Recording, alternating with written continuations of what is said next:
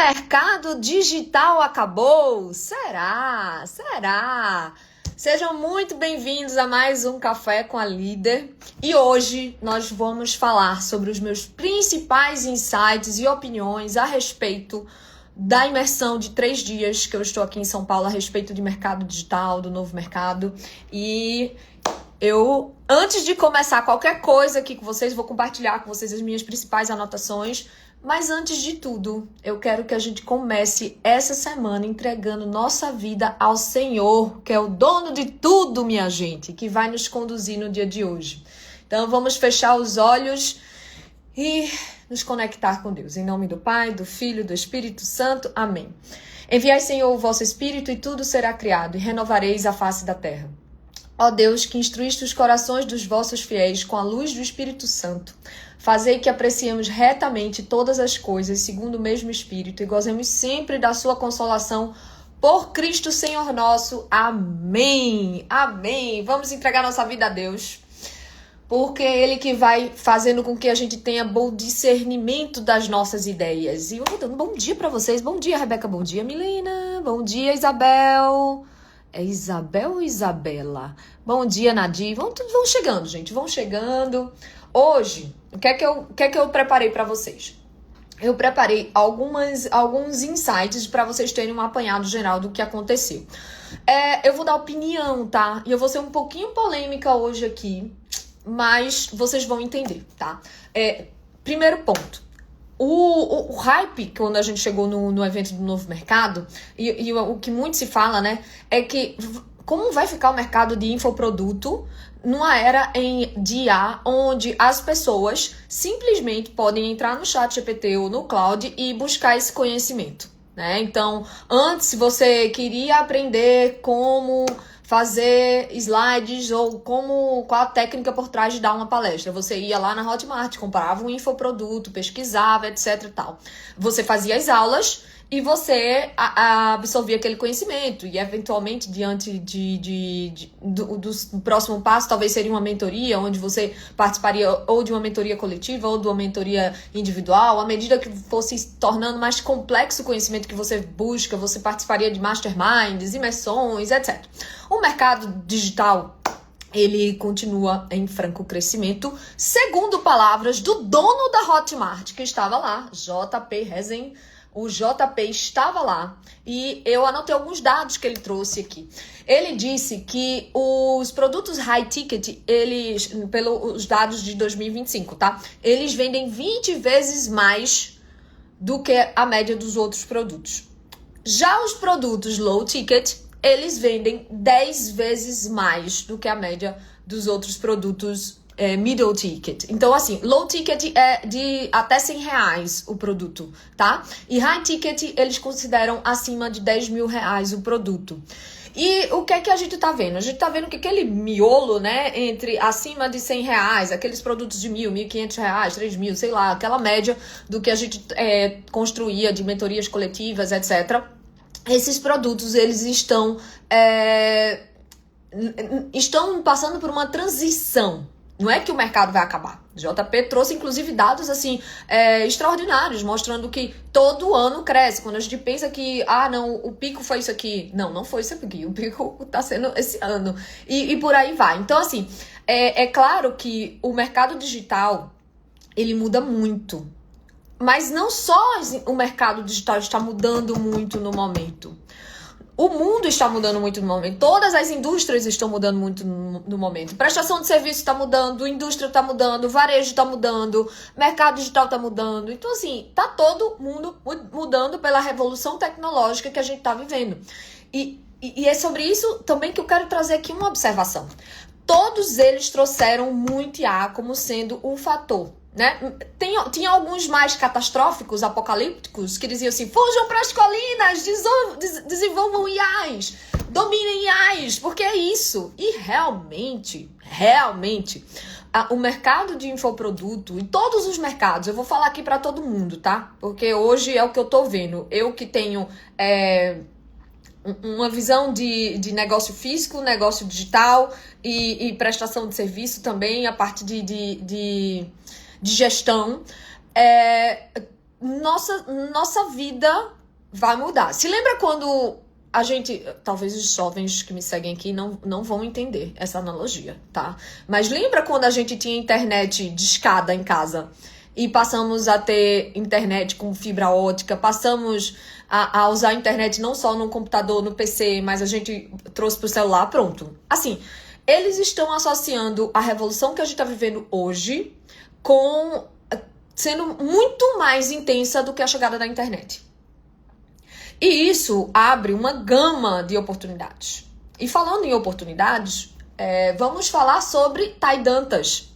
Thay Dantas, para quem não conhece, ela é dona da Vinci Society e eu estava ansiosíssima pela palestra dela, porque eu acho o modelo mental dela muito bacana, né, em termos de negócios, de construção de marca, tudo.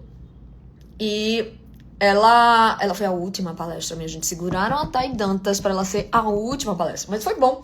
Foi bom porque muitas palestras que foram na tarde, elas foram muito boas. Pena que eu já estava com minha cabeça, assim, tipo, super cansada. Então, eu fui tirando foto dos slides. Eu ainda vou acomodar esse conhecimento aqui, porque foram 3 dias de evento no final de semana. Ou seja, a gente viveu a semana ritmo normal e chega no final de semana, não tem aquele descanso. Então, me desculpem, mas eu já tenho 40.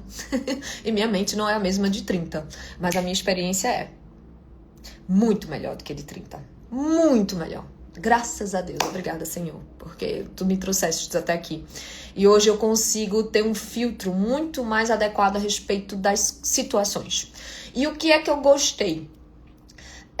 O mercado está passando por muita transformação. Vamos viver uma transição muito acentuada. Estamos vivendo essa transição acentuada. E é aquela coisa... se lembra quando aquela pessoa conhecida sua começou a fazer stories todo dia e construir uma audiência e você chamava ela de blogueirinha, você julgava ela de blogueirinha, ela é blogueirinha. Ou senão, lá atrás, quando abriu um blog e você dizia, isso é blogueiragem, você julgava essas pessoas dizendo que aquilo era blogueiragem, que aquilo era futilidade. E enquanto isso, aquela pessoa estava ganhando rios de dinheiro e você olhava para aquilo ali e você dizia assim, nossa, ela tá ganhando rios de dinheiro, mas ela deve estar surfando numa onda e daqui a pouco essa onda acaba. Que o pessoal dizia isso, né? Que o mercado de influenciadores era um boom, era uma onda, mas que daqui a pouco ia perder a credibilidade, que ele não ia... Bem, é um caminho sem volta, tá? E o mercado hoje, ele amadureceu um pouco mais, embora eu pelo que eu tô enxergando, chegou nem lá ainda. O mercado amadureceu e hoje, quem quer construir marca forte precisa atrelar a marca institucional, a marca de sua empresa, a uma marca pessoal forte. Então, a história do empresário, ele ser um porta-voz da sua marca, cara, não é mais uma opção, sabe? É aquela coisa, você vai abrir mão dessa ferramenta, é a mesma coisa você tá no mercado, sei lá, de loja física, você dizer, eu não vou botar um locutor na porta, porque eu não gosto de locutor na porta, ou senão eu não vou fazer, eu não vou ter um Instagram na minha marca, na minha empresa, ou senão não vou ter sabe assim, é você abrir mão de um dos canais de aquisição de clientes pro seu negócio e canal barato. E um canal barato, inclusive foi um dos temas que a Thay Dantas trouxe ontem. Antigamente, há 15, 20 anos atrás, para você construir uma marca muito rentável, era muito mais difícil, porque você precisava de uma verba de marketing relevante e você tinha a centralização dos meios de comunicação. Só quem conseguia entrar na Globo, só para quem conseguia furar essa bolha, só quem conseguia verbas e verbas milionárias para você conseguir estar no outdoor, na Globo, no jornal, na revista, contratar uma atriz global para ser a porta-voz da sua marca. E isso era muito caro. Isso era inacessível para a maioria das empresas e das marcas. Então, hoje, essa barreira de entrada, ela tá muito mais pulverizada, muito mais dividida.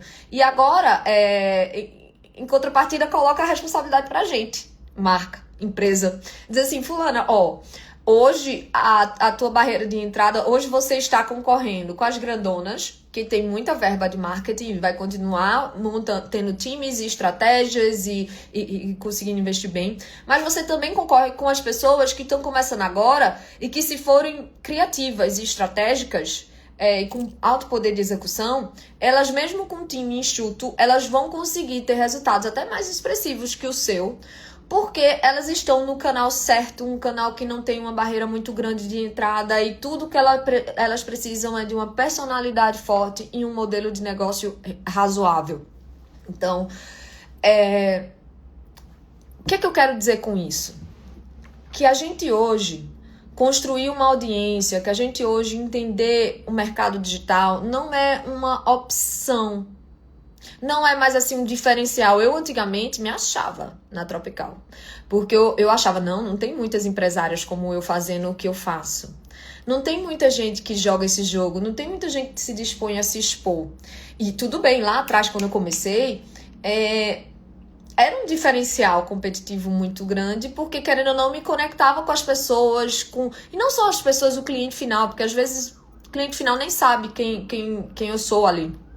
Mas eu me conecto com o meu time, eu me conecto com os players do mercado, fornecedores que estão me acompanhando, vendo que eu estou aqui trabalhando, vendo o que é que eu penso, o que é que eu consumo, se conectando comigo, né? O que antes as relações comerciais eram trabalhadas com anos e anos de relação de negócio, compra e venda e tal. Hoje, você se conecta com a pessoa mesmo sem nunca ter nem comprado dela. Você gosta dela, você vai com a cara dela com base que ela se comunica aqui. E o que é que eu observei? Eu antes achava que essa minha estratégia de comunicação era uma estratégia que era um ativo competitivo para a Tropical. E beleza, continua sendo, porque ainda tem muita gente que não topa fazer. Mas tem muita gente que topa. Tem muita gente que topa. E aí, também, ao mesmo tempo, a gente precisa ser mais estratégico nisso. E foi uma das coisas que Thay Dantas falou ontem. A marca pessoal, ela é uma das alavancas dos negócios que vão dar certo daqui pra frente. É uma das alavancas. Ai, Raíssa, você quer dizer que empresas como Renner, Riachuelo, Arezzo, etc., não vão pra frente porque o dono não tá indo pra mostrar a cara? Não tô dizendo isso. Todo negócio tem várias alavancas de crescimento, vários funis rodando, certo? Mas a marca pessoal do fundador, ou do dono, ou do executivo é um grande ativo. Tanto é que a própria Arezzo colocou Alexandre Birman para blogueirar. Colocou a diretora executiva, Lu Wodzik, para blogueirar. Eu me lembro quando Lu Wodzik entrou na Arezzo, entrou no Instagram, começou a abrir o perfil dela e começou a construir um conteúdo de executiva. Lá atrás, ela tinha 1.000, 2.000. Eu comecei a segui-la quando ela tinha uns 7 a 8 mil seguidores. Porque eu sempre buscava esse tipo de referência pra mim, né? Assim, era o tipo de conteúdo que eu gostaria de consumir. De como é que essas grandes executivas pensam? O que é que elas fazem? Pra onde elas mandam os filhos estudarem? O que é que elas consomem? Quais livros elas leem? Né? Aquela coisa, como pensam, o que comem, onde vivem. E eu buscava muito dessas referências pra me ajudar. Ainda busco hoje em dia, gente. E aí, é isso. O mercado digital tá só começando, né? Existem números que comprovam isso, mas sempre vão ter aquelas pessoas apocalípticas, vão dizer, porque o mercado acabou. O mercado, como você conhecia, acabou. Do mesmo jeito que o varejo, como o meu pai conhecia, acabou. Então, ou você traz outras ferramentas pro jogo, ou você fica para trás. Ou você fica trabalhando numa indústria jurássica. E aí, onde é que entra a IA? Pronto, agora vamos falar de IA. No começo do novo mercado, eu tava meio um pouco frustrada. Porque o pessoal chegava, porque IA, tudo era IA.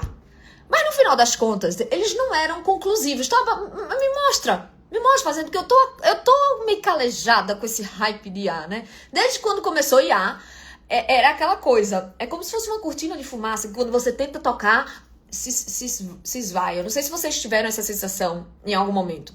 E confesso, eu ainda em alguns momentos tenho essa sensação com IA. Eu acho muito hype, muito auê para pouca concretude. Mas o problema é exatamente esse. A ferramenta existe. Mas os usos vão ser através da gente. Então, o que é que sobre IA? Eu tava um pouco frustrada no começo do evento. Fiquei até mais alegrinha porque as últimas palestras foram mais tangíveis em relação a como estão usando o IA de fato. E o que é que eu observei? Sempre passa por pessoas, processo e tecnologia. Sempre, sempre, sempre, sempre. Então você sempre vai ter que trabalhar as pessoas, trabalhar a mentalidade das pessoas, trabalhar a rotina das pessoas, trabalhar a forma como as pessoas se comunicam, como elas constroem a informação no negócio. Você sempre vai ter que trabalhar processos. Não importa se o Cloud Code e os agentes que você fizer ali vão fazer todas as tarefas da sua empresa. E já se fala da empresa de 1 bilhão com um funcionário e o dono, com só um dono lá e os agentes. Essa ficção científica o pessoal tá falando. E eu não discordo não, tem tanta gente brilhante, inteligente. Beleza, mas vamos pra minha realidade. Vamos pra sua realidade, que é o que importa aqui, né? No final das contas, sempre passa por pessoas, processos e a tecnologia. Sendo que a tecnologia só consegue ajudar as pessoas se tiverem processos. Processos claros, processos desenhados. E aí houve até uma contradição Teve palestra que dizia reformule tudo, né? Saia, desmanche e reformule tudo partindo da premissa de um IA. Aí teve palestra que dizia, não, calma. Para tudo, vê o que é que dói mais, vê qual é a tarefa mais repetitiva. E aí, com isso, você constrói uma solução de IA para aquela dor, para aquela tarefa repetitiva e vai melhorando. Então, foram vários temas trazidos nesse sentido. Aqui eu estou pincelando para vocês, elaborando alguns pensamentos aqui. E em linhas gerais, realmente a IA vai mudar todas as rotinas e indústrias e quanto antes você se deter para isso, melhor. Conclusão minha, Raíza, tá? Raíza, o que é que eu acho? Não adianta você hoje contratar uma consultoria, botar no seu negócio para desenvolver IA para você. Acho que você é dono de negócio. Você tem que aprender essa ferramenta. Você não teve que aprender a ligar o seu celular, baixar o WhatsApp, conversar no WhatsApp. Você não teve que aprender a entrar no Instagram, fazer alguma coisa ali, tarará, tarará. Tudo que você faz hoje como dono de negócio, você em algum momento não teve que aprender a fazer aquilo? Uma planilha, um relatório, uma contratação, um onboarding, um treinamento, whatever.